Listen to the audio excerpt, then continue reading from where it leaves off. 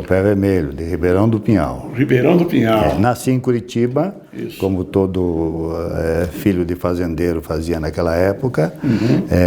A minha mãe tinha os filhos e voltava em seguida para lá. Perfeito. Fiquei até 11 anos na fazenda, estudando na escola isolada da fazenda. Perfeito. Onde a minha tia e a minha mãe eram as professoras. Ah, que interessante. Sua mãe já era professora do magistério estadual? A minha mãe passou no concurso público e ela era de Paranaguá, filha de portugueses, e foi designada. O pai dela era a grande figura em Paranaguá, porque tinha um hotel, veio de Portugal, montou com dinheiro, montou um hotel e tal, que pegou fogo. Em seguida, o porto montou para ele, quando montou o porto, uma cantina com um restaurante para o seu Manuel, porque ele era muito bom cozinheiro e muito bom papo e tal. 2 anos depois, pegou fogo novamente. Nossa. E ela fez concurso público, porque dessas dificuldades todas do pai, e foi nomeada para Ibaiti. Perfeito. Onde era originalmente a fazenda dos Fará. Então, em Ibaiti, conheceu meu pai. Perfeito. Então, ele veio atrás dela, em Paranaguá e tal, e acabaram casando.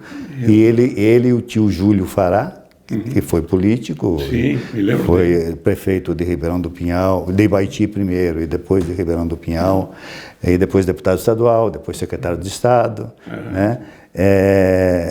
Administravam a fazenda. Perfeito. Enquanto os 7 irmãos estudavam ainda, porque o avô já tinha falecido e a avó morava em Curitiba. Perfeito. Então todos vieram, estudaram, formou-se em médico, engenheiro, advogado, contador.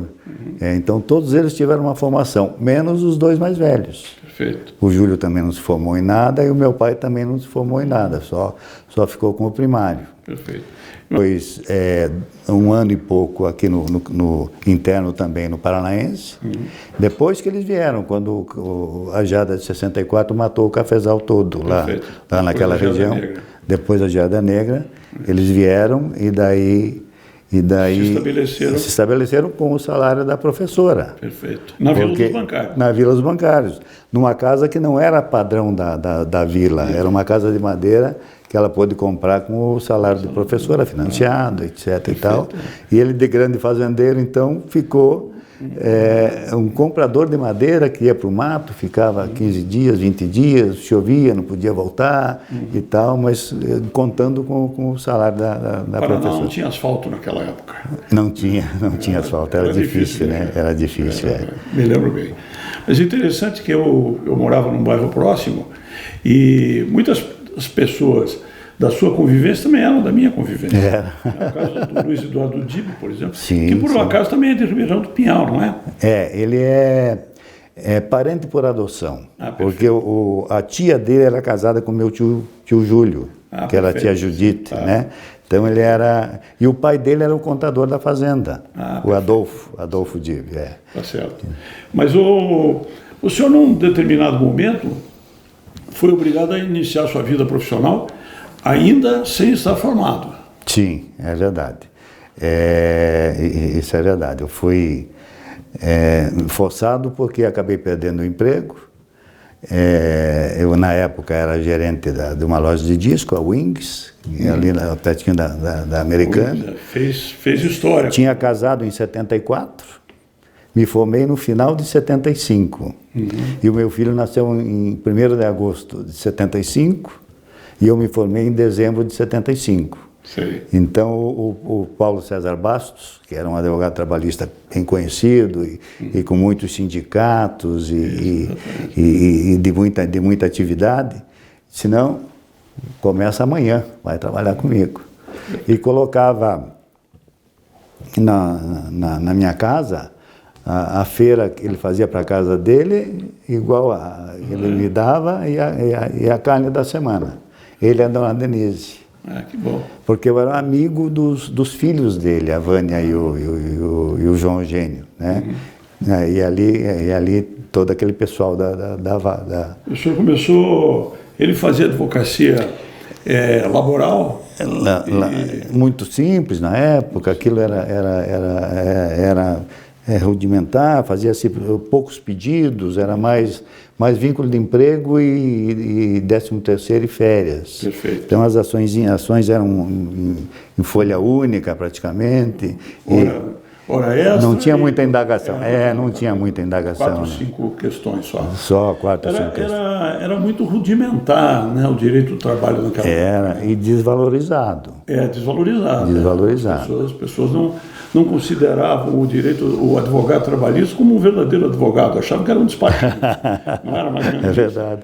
Existiam os paqueiros. Exatamente. Os paqueiros é aqueles que iam atrás do cliente para trazer para o escritório do advogado trabalhista. Exatamente. E as varas eram, na época que eu comecei, a Marechal Deodoro, onde tinha o escritório de um advogado que se confundia com a Isso, que era um problema seríssimo. Né?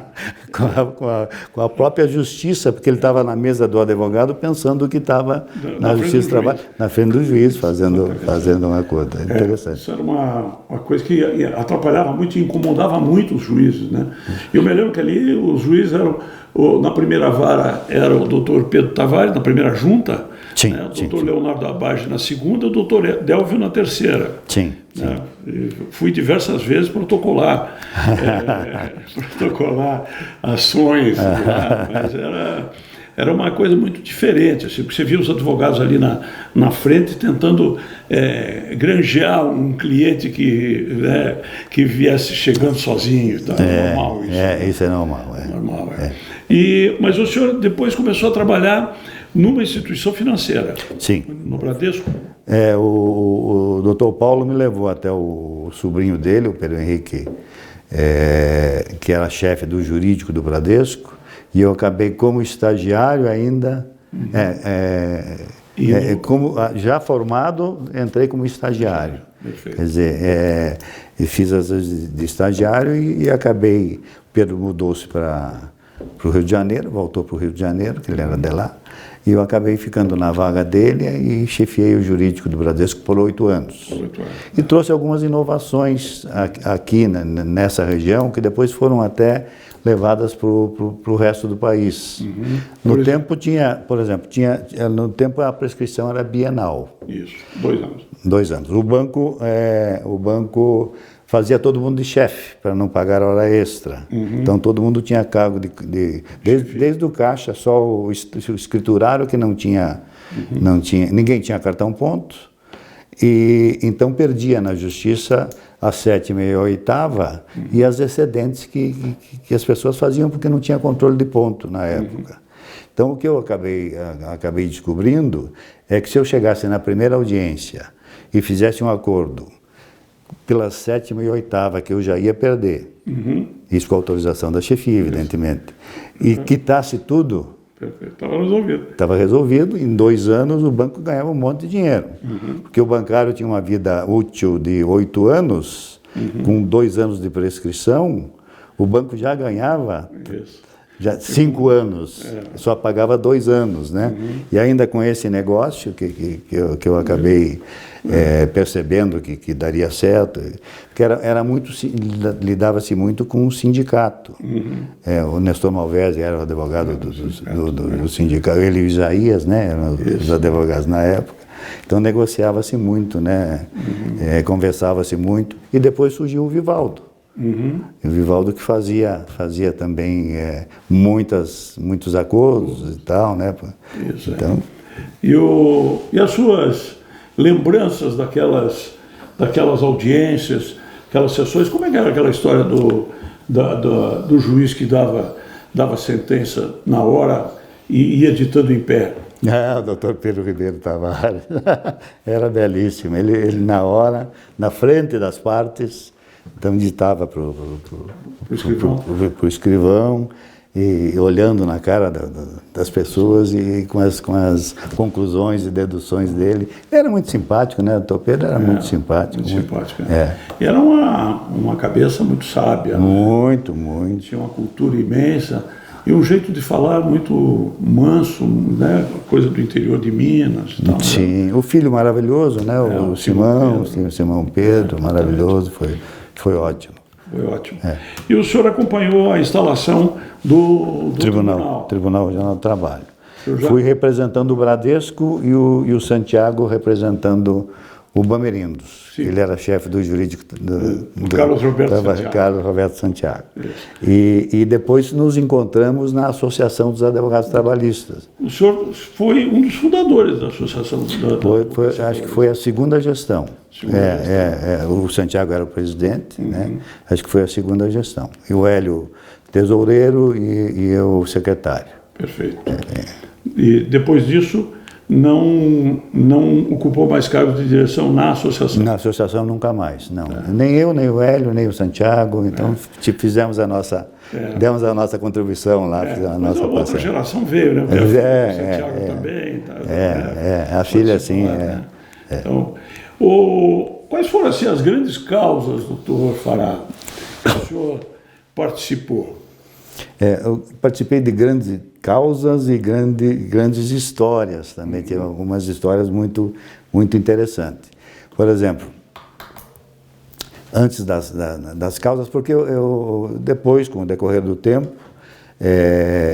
eu quando entrei na sociedade, eu só adquiri 20% da sociedade. O Hélio permaneceu com 40%, o Santiago permaneceu com 40%, e eu peguei as parcelas do Leonardo Abage Filho e do Orlando, que eram os cunhados deles. Cada um, quando foi fundada a sociedade, os cunhados ficaram 10% cada um, e eu peguei esse percentual e entrei na sociedade. Leonardinho virou servidor e depois fez concurso como procurador de direito. Sim. Quando eu saí do Bradesco, estava exatamente no momento em que o Leonardinho estava saindo para assumir o MPT e o Orlando estava saindo para assumir a indústria do sogro, etc. Então foi um momento bem oportuno. Trabalhei muito, daí comecei a pegar clientes próprios, né? Tive grandes clientes, Britânia, Baú da Felicidade, DM, construtora de obras, fiz aquela usina de segredo, tinha que viajar 2 vezes por semana para fazer as audiências lá em Guarapuava. É difícil, eu ia com motorista e tal, mas eram questões difíceis. Começo dos anos 80, né? Começo dos anos 80, E o senhor ficou no escritório até quando? Quando houve a cisão com o Hélio? Não, antes disso, eu fui o primeiro a sair. Eu tive um problema de saúde, tive que fazer uma cirurgia de apêndice supurada e tal, e fiquei, depois deu problema, fiquei quase 4 meses em casa. Quando voltei,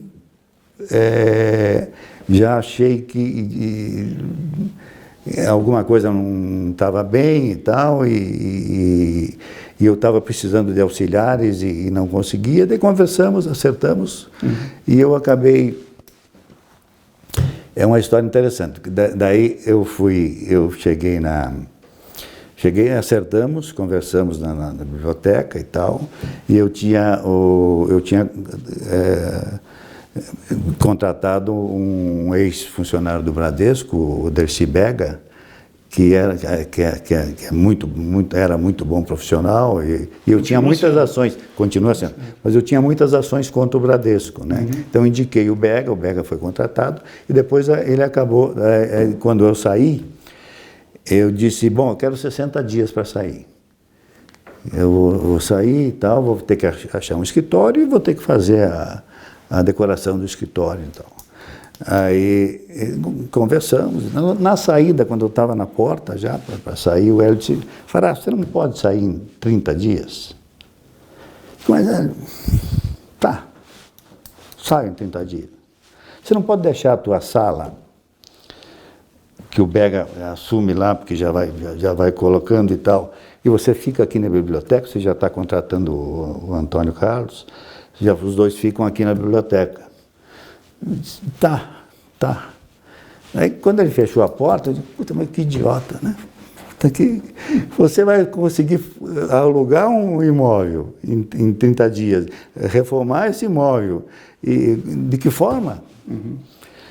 E fui andando, fui até o elevador, Abriu a porta, o Hélio apelidava o ascensorista de cofrinho, porque, por razões lá, sei lá, de brincadeira do Hélio, que é muito gozador. Eu não me lembro o nome dele, mas ele disse assim, sabe quem quer comprar um conjunto duplo aqui no 18º andar? Nós estávamos no 10º, né? Eu digo, não, por quê? Mas lá não é o sindicato? Eu disse, sim, o cara acabou de sair daqui e está vendendo o imóvel.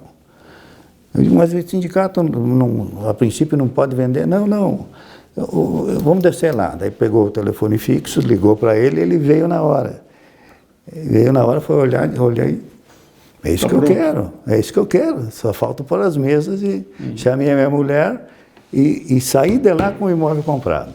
Em 30 dias eu...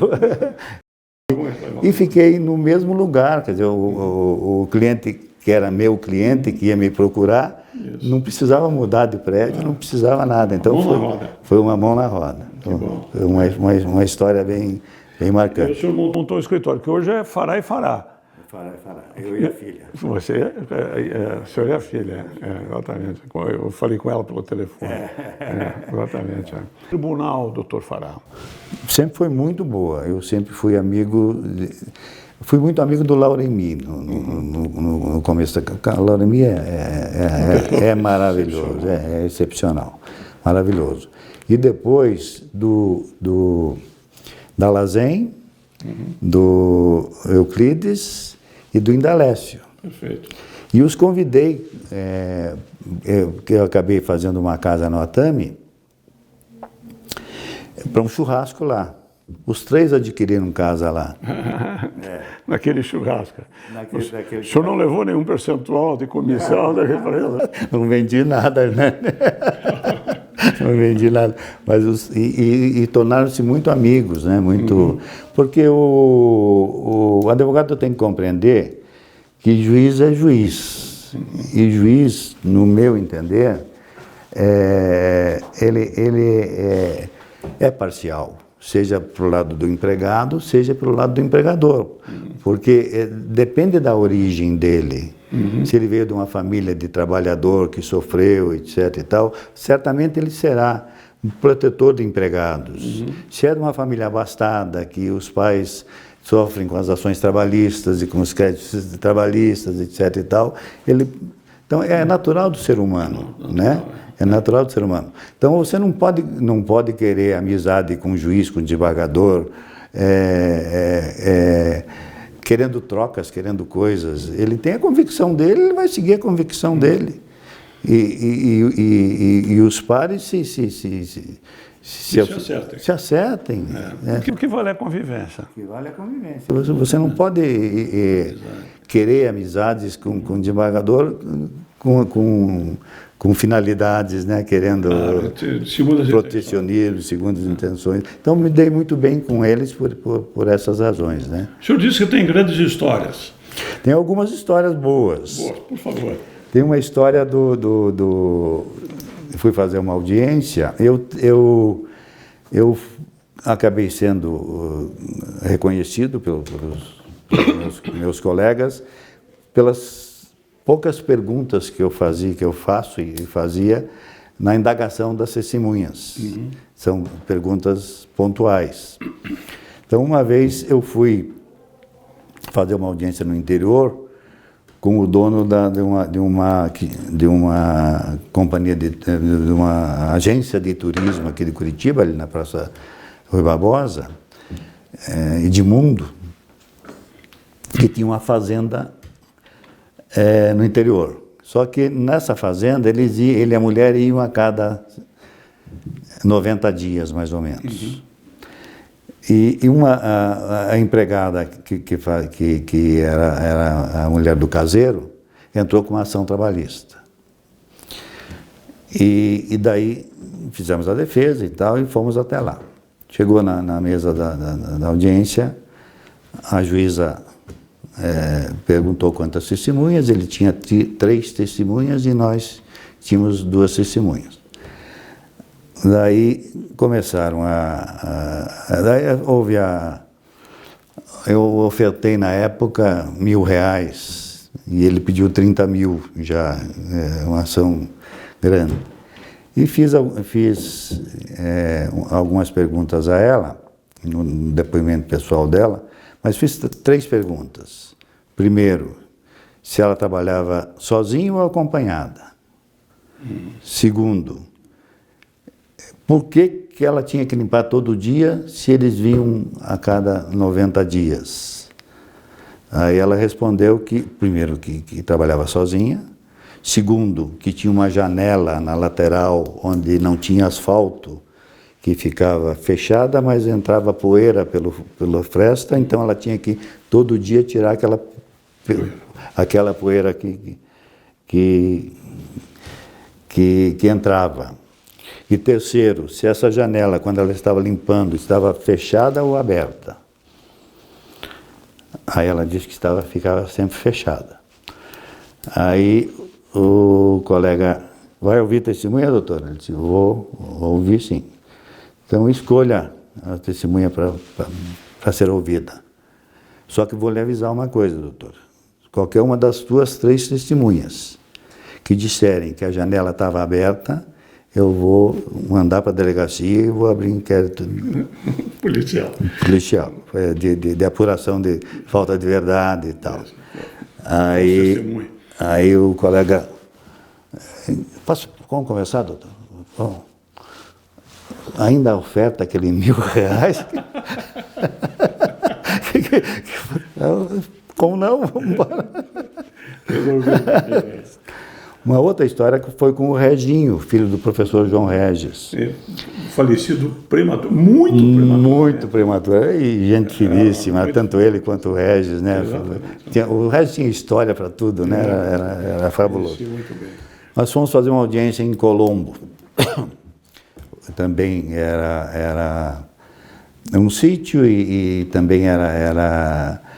Só que a empregada estava pedindo diversas coisas, mas disse que a carteira de trabalho dela tinha sido retida pelo empregador e não tinha sido devolvida. Uhum. Então, pessoas do escritório fizeram a defesa e tal, e eu fui fazer a audiência de instrução, épocas depois. Então, quando peguei a pasta para estudar, fui até a vara, como cheguei muito cedo, peguei a pasta para estudar, sentei na cadeira ali, comecei a olhar e vi que a carteira estava ali. E nós negávamos que estava conosco, né? E tinha um garoto sentado do meu lado. Aí eu olhei, aquela carteira me incomodou, não sei por que razão me incomodou. Então eu peguei a carteira e pus no bolso interno. E o garoto ali, não sabia quem era estagiário do Reginho, que estava ali. Aí, quando eu saí para olhar alguma coisa, ou conversar com alguém, me incomodou outra vez aqui. E eu voltei para a bolsa e deixei ela no fundo. Aí o Reginho começou a perguntar e falou que a carteira tinha sido retida e tal, e pedia que o juiz fizesse vista no meu paletó que ele tinha certeza que a carteira estava comigo. Aí eu esperei, o juiz disse que não podia, porque isto faz parte do equipe do advogado, a bolsa dele é inviolável, a roupa e tal, não sei o que ele não ia fazer. Daí eu fiz a cena, né? Levantei, peguei o paletó e disse, agora eu faço questão absoluta que o senhor faça um exame. Agora o senhor está mexendo com a minha moral e tal. O Reginho apalpou assim, disse, não, doutor, não, tudo bem. E fizemos um acordo. Bom para as partes, bom para os dois, fizemos um acordo. Daí quando eu estou na saída, ele abre o vidro assim e diz, Fará, você me devolve a carteira? Como não, Reginho? E uma bacana também, e a última que eu vou te contar, foi a da Lazen. fui fazer audiência. Ministro João Oreste Dallazen, ministro e ex-presidente do Tribunal Superior do Trabalho, infelizmente já falecido. Ele começou eu não o conhecia. Então, eu fui fazer, ele estava recém-admitido, ele era da Caixa Econômica, passou no concurso e tal, e fui fazer uma audiência e encontrei o Dallazen lá, mas eu não tinha referências dele, não sabia. E ele, era uma audiência em que o empregado tinha sido demitido por justa causa, e o Luiz Salvador era o advogado da parte adversa, no escritório do Edésio Passos, né, padrão e tal. E daí fizemos algumas perguntas, ele fez os depoimentos pessoais e o Luiz Salvador chamou a primeira testemunha dele, que era um médico da empresa. Fez algumas perguntas e daí ele deferiu as perguntas do Luiz Salvador, ele perguntou, e daí ele disse, me passou a palavra, eu fiz a primeira pergunta, ele disse, indefiro. Fiz a segunda, a terceira, indefiro. E daí olhou para mim e disse, eu já ouvi falar do senhor. Os meus colegas me contaram que o senhor é difícil, às vezes faz algumas perguntas que a parte fica em desconforto e tal, papapá. Me alertaram com relação à sua participação. O senhor me desculpe, mas eu nunca ouvi falar do senhor. Mas eu entendo. Se o senhor explicar o que o senhor quer chegar com essa pergunta, talvez eu possa lhe deferir. Eu disse, claro, o senhor me receba no seu gabinete, que eu vou fazer, eu vou ter o maior prazer do mundo de lhe explicar onde é que eu quero chegar. Não vou fazer isso aqui na frente do médico, que se eu fizer uma explicação, ele com certeza vai saber onde chegar e se de alguma forma, já que veio como testemunha do reclamante, pode até favorecer o reclamante em razão disso. Ele ficou bravo, levantou e foi para o gabinete. Eu e o Luiz ali nos dávamos muito bem, né? E passaram uns 7, 10 minutos, bateu a campainha do Canela, que era o atendente dele, o secretário da audiência. Doutor Luiz, doutor Fará, o doutor Dallazen está chamando vocês lá no gabinete. Perfeitamente. Entramos. Doutor Fará, em primeiro lugar, quero lhe pedir desculpa, não fui delicado com o senhor. Em segundo lugar, o senhor pode me explicar onde é que o senhor quer chegar com essa pergunta? Claro, doutor. Sim, assim, aconteceu isso, as razões da dispensa dele foram essas e tal, dessa forma.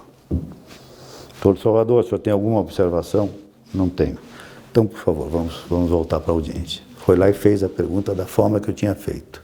O médico explanou e contou a verdade. Foi a primeira improcedência que o Dallazen deu na vida. Improcedente é a ação.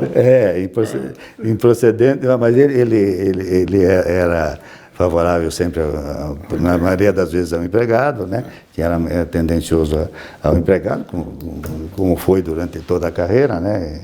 O que é normal, né? E foi a primeira improcedência dele. E daí o Lauremi, nós estávamos num jantar, mas mesmo assim ele não estava dando bola, sabe? O Lauremi nos aproximou e disse, vamos conversar os dois, o que estão pensando? Vamos conversar aqui, porque nós convivemos aqui todo dia junto. Daí eu me apresentei a ele a mim e tal, e daí depois ele me visitou lá e acabou comprando um terreno lá no Atami mesmo. Portal do Paraná. Muito bem. Como é que o senhor vê, doutor Fará, a situação da Justiça do Trabalho hoje em dia, principalmente em relação a esses embates com o Supremo Tribunal Federal? Bom, primeiro, depois da reforma, teve uma grande alteração nas questões trabalhistas. Os processos diminuíram de tamanho e de importância, porque a reforma foi bastante ampla, né? Foi bastante ampla e feita por pessoas tendenciosas que visavam diminuíram as questões, porque era um governo. Era o governo do Michel Temer, era um governo de empresariado, etc. e tal, e que estavam sofrendo muito com as questões trabalhistas. Então, eles diminuíram, resolveram na lei muitas questões que ainda estavam em discussão há muitos anos e que estavam tendendo a serem a favorecer o empregado. Então eles resolveram isso com uma canetada, né? Bom, eu advogo para os dois lados, né? Eu faço tanto o empregado quanto o empregador. Então eu sofri dos dois lados também, né? Mas mais para o lado do empregado, né? E a introdução do honorário. Do honorário que assustou o empregado, né? Porque nunca teve nunca teve a sucumbência. Ela existe ainda, mas ela é dada, calculada, mas não é cobrada em 2 anos. Ela prescreve depois, se você não conseguir provar que o patrimônio do empregado que perdeu aquela ação comporta. Naquela época, ela era compensada do crédito dele. Perfeito. Então ele ganhava R$6.000 e perdia 2 de honorários, ganhava 4 e tirava os 30% do advogado, ganhava quase nada, menos que o advogado da parte adversa. Então isso trouxe uma mudança grande nas ações trabalhistas. Eu acho que a quebra foi acima de 40%. E hoje voltou um pouco, né? Mas não está naquele patamar antigo. Com relação ao Supremo, eu acho que é uma interferência perigosa, sabe? Porque, na verdade, o que eles pretendem é que daqui um pouco o empregado seja quem é aquele empregado dos Estados Unidos, que trabalha por hora, e sem direito a férias, sem direito a 13º. Nós temos uma legislação aqui muito protetiva, né? Mas isso é explicável no nosso país, porque é um país muito dependente, com muita gente necessitada e que precisa da proteção do Estado, né? Perfeitamente. Então, isso vai acabar de um jeito que eles vão ter que mediar, porque parece que houve uma determinação, ou uma ameaça de se fazer uma súmula que toda pejutização não vai ser reconhecida. Vai ter que fazer. Foge da justiça do trabalho. No civil. Né? Não é foge da justiça do trabalho, e lá no civil a coisa é totalmente diferente. As decisões são bem diferentes. O juiz não tem o hábito e nem o conhecimento O senhor advogou bastante em causas trabalhistas dentro da justiça comum, da justiça civil. Comecei. Com juízes do Tribunal de Justiça. Sim. Em comarcas que não havia. Sim. Porque eu fazia Curitiba, Foz do Iguaçu. Sei. E o outro advogado do Bradesco fazia Londrina, Curitiba, e o norte do Paraná. Então eu tinha metade do estado, né, aqui. Sudoeste, oeste. E o Zé Maria fazia outra parte. Fazia a parte de Londrina. O senhor tem alguma história interessante dessas demandas? Era muito ruim, porque a demora era muito grande. Eles não tinham a agilidade que a Justiça do Trabalho tem. Eles tinham muito trabalho no civil, e as ações trabalhistas prejudicavam. Perfeito. Até que, em Cascavel foi contratado, chegou um advogado do interior de São Paulo, de Marília, e especializado em ações trabalhistas, e foi contratado pelo Sindicato dos Bancários de Cascavel, Mário Catuocato. Sei. O filho dele advoga até hoje, está aqui em Curitiba, advoga até hoje. E o Mário era muito habilidoso. E começou, o sindicato, o Cascavel, daquele tamanho, já era uma cidade grande. Se tivesse umas 15 ações trabalhistas, era muito, porque as ações trabalhistas demoravam 4, 5 anos a serem julgadas. Ninguém tinha essa paciência de esperar e sabia que não andava, né? E não tinha número suficiente de ações para se montar. Para montar uma junta. Para montar uma junta. Para montar uma junta. E o Mário, com aquela habilidade dele, foi conversando com os juízes e ele ajeitava a ação de um jeito e tal, que deu um volume tão grande das ações de bancário e depois de ações particulares, que conseguiu montar uma vara de trabalho lá. Mas ele auxiliava, ele entrava lá, não dava sentença, mas ele deixava pronto o processo para o juiz julgar, fazia todas o necessário, né? Ajudava na secretaria, ficava lá trabalhando de graça para poder resolver. Despachava. Despachava e agilizava, né? Porque ele estava lá todo dia. O Mário eram 3 varas da Justiça Civil lá só em Cascavel, e foi criada a Justiça do Trabalho, a primeira vara lá, por conta das atividades do Mário. Um dos juízes lá era o depois desembargador Paulo Roberto Apner. Sim. Juiz civil, mas advogou não. Foi juiz, judicou em muitas ações trabalhistas. Deu inclusive um depoimento para nós. Deu. Ele é a doutora também, que é a desembargadora, que foi desembargadora um pouquinho antes do Paulo. Isso eu não lembro qual delas. São muitas desembargadoras. A vara dela foi uma das primeiras que começou a disparar, a dar sentenças trabalhistas e tal.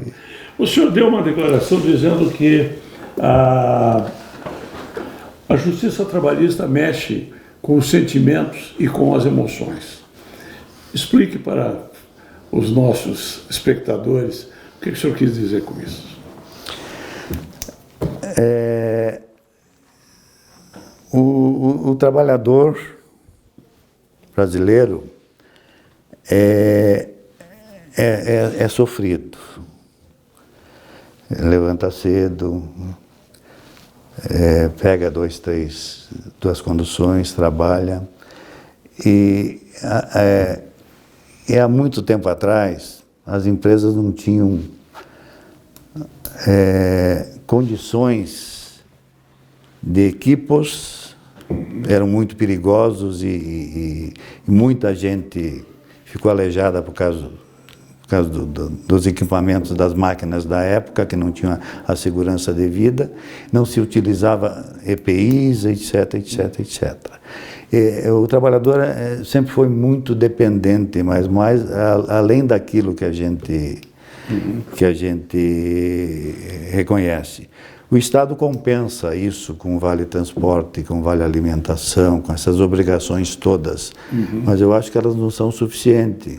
O salário mínimo é insuficiente para um pai de família manter 2, 3 filhos, como antigamente se tinha, né? Hoje em dia, né, tem-se uma prole menor, né?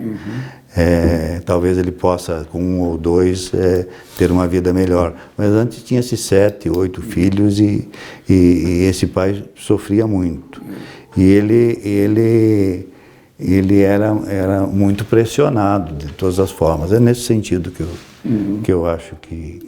Sim, quer dizer, a resolução das causas trabalhistas mexe com o emocional da pessoa, com o emocional. Com o emocional, claro. Porque é a chamada justiça social. E ela é imprevisível, sabe? A não ser nos casos muito antigos que haviam muitos abusos. Hoje os bancos, por exemplo, até a prescrição, com a prescrição bienal, não se preocupavam. Uma ou 2 horas extras ali durante 2 anos é muito pouco.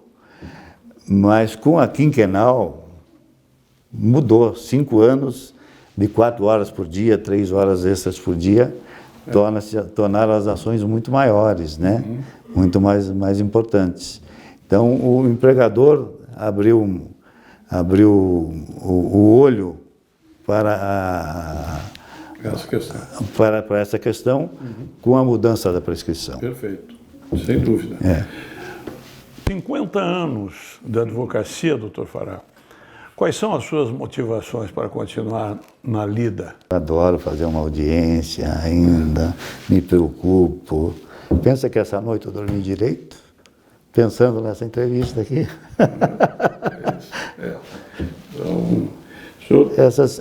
Isso acontece quando vai se fazer uma instrução processual. Pego um processo de antes, me preocupo. Se é um processo de alta indagação, tenho a preocupação de conversar com as testemunhas antes para saber o que elas dizem, não para orientá-las. Mas você pega 3 testemunhas, se você não souber o que uma ou outra vai dizer... O senhor vai ficar vencido no meio da audiência. No meio da audiência e sem ter possibilidade. Claro. Então eu escuto elas no escritório. O que você sabe? O que você soube dessa justa causa? Você presenciou, você não presenciou? Quer dizer, não oriento ele a falar nada do que ele... Não ensino nada para ele, mas ouço qual é a verdade dele naquela situação. Então, se for uma testemunha que não tenha a verdade que interessa ao meu cliente, eu não ouço, né? Deixo de ouvir, porque eu vou prejudicar o meu cliente. Então, são coisas que você fica preocupado sempre, sabe? O senhor pegou uma fase, doutor Fará, o senhor pegou uma fase, assim, o início da consolidação da justiça, da advocacia trabalhista, né? No momento que ia passando daquela fase do advogado trabalhista ser mal reconhecido, ser tido como um despachante, como nós já conversamos aqui antes, para chegar nos dias de hoje. Em 50 anos, quantos por cento mudou essa Do iniciozinho para cá, uns 80%. 80%.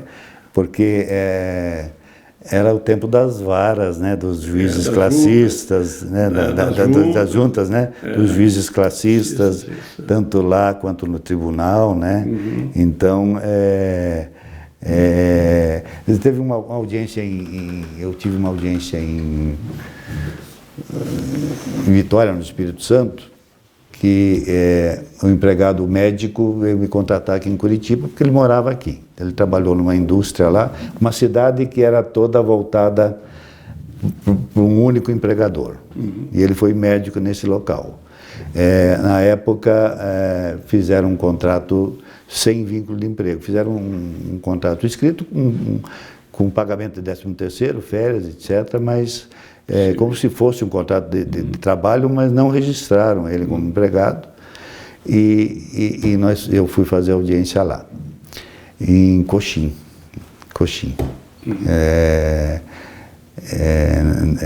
Mato Grosso do Sul. Mato Grosso do Sul. Coxim, Mato Grosso. Mato Grosso. Nos hospedamos no hotel, fomos... o juiz Calvo nos atendeu lá e tal. E perguntou pela empresa, mas a empresa era a única, o empregador era da região, praticamente. Tinha ali um comérciozinho, mas a empresa tinha 1.200 empregados. E ela que movimentava a vara.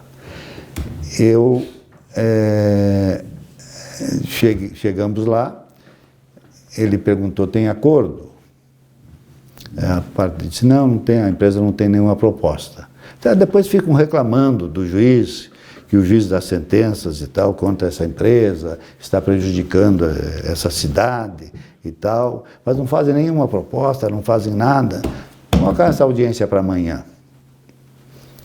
estou sozinho aí, a mulher não está aí mesmo, então eu faço amanhã e já dou a sentença. Ouviu, a prova em favor do reclamante foi maravilhosa. Ele olhou para o reclamante e disse: vá tranquilo, doutor, porque o vínculo está escancarado. Não precisava falar nada, né? Mas falou. E não se preocupe, o senhor doutor Fará faça um bom retorno, ele foi dirigindo, né? Faça um bom retorno e tal. Uma semana essa sentença está lá pelo correio em Curitiba. E realmente chegou, improcedente a ação. Procedente. Aí olhei o histórico do tribunal e disse: pô, será que eu vou? Despesa, né? Não, seria na capital daí, né? Fiz o recurso em Cuiabá. Será que vou, pega avião e tal, que vai custar para o cara e tal? Está tão evidente, né? O recurso estava bem feito. Acho que vou. Peguei o avião e fui. Primeiro voto.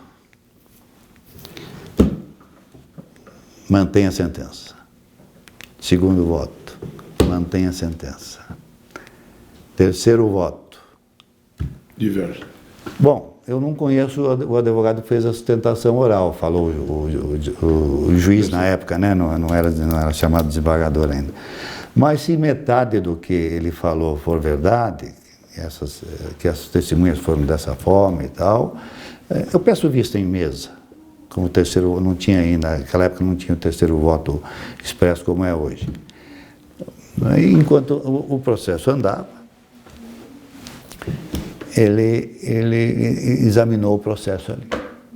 Aí ele disse: não, eu reformo, dou o vínculo e mando de volta para a vara para julgar o mérito. Daí o classista do empregado foi com ele, votou com ele. Ele disse: bom, 2-2, o que vamos fazer? Falou para o secretário: veja se tem algum juiz no corredor ali que possa nos auxiliar. Ele foi lá e voltou com o juiz. O juiz sentou lá na mesa, examinou o processo, ficou enquanto eles estavam, ele não estava participando, né? E votou com o voto divergente. Com o voto divergente. E se eu não vou, como é que eu ia explicar para esse cliente? Não tinha como não ir. Sabe o que eu tinha dito para ele quando ele veio no escritório e ele me consultar? Botei a mão no pé assim e disse: isso com o pé, vamos ganhar isso com o pé nas costas. Como é que eu ia olhar para esse cliente depois, né? Isso é uma história... edificante. A presença do advogado é fundamental. E o amor que o advogado tem, porque o advogado trabalhista tem muito amor à profissão e às questões trabalhistas, né? Ele é assim, dorme mal mesmo quando tem uma ação de peso, uma ação grande, uma ação preocupante, tanto do lado do empregado quanto do empregador, sabe? Frio na barriga antes da audiência. Tem sim, mesmo que tenha 50 anos de profissão. Exatamente. 50 anos de profissão. Recentemente agora, uma ação de um chefe de cozinha, acabei perdendo na vara, mas me dá frio na barriga até agora. Pedir ao senhor que nos deixasse aqui uma mensagem para as novas gerações, especialmente para as novas gerações de advogados, as novas gerações de advogados trabalhistas que vêm por aí. O que o senhor tem a dizer a eles? A advocacia trabalhista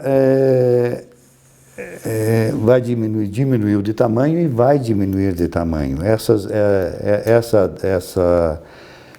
medidas que o Supremo está para decidir, essa invasão de jurisdição. Invasão de jurisdição, que eles estão sinalizando que vão fazer a pejoitização, mesmo, sem vínculo de emprego, ou fixar eu tenho a impressão que eles vão fazer uma mediação fixando em salário acima de 10 mil, não tem vínculo. Não tem vínculo. Então, acho que eles vão fazer mais ou menos isso. Isso vai diminuir muito as ações trabalhistas,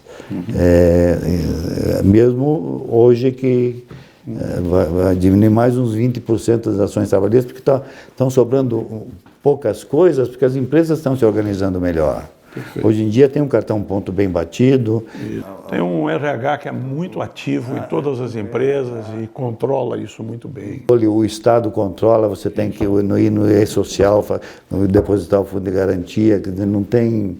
E eles cobram, né? Porque o fiscal do trabalho hoje pega o pendrive, põe na máquina dele e faz a inspeção lá no escritório dele, não é aquele velho fiscal que fazia dentro da empresa, com condições precárias, com aquele cartão ponto de chapeira ainda, né? Então hoje mudou bastante e vai mudar. Vai mudar mais. Infelizmente. Mas o Supremo vem aí com uma repercussão geral em relação à pejotização, né? E quer dizer, dentro dessa repercussão geral é que o senhor imagina que vai haver uma divisão. Porque estão contratando até mulher da faxina com PJ. Perfeito.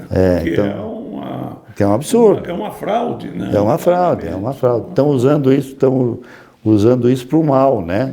Então eles vão ter que tomar uma decisão. Perfeito. Né? E talvez seja essa limitação que possa resolver.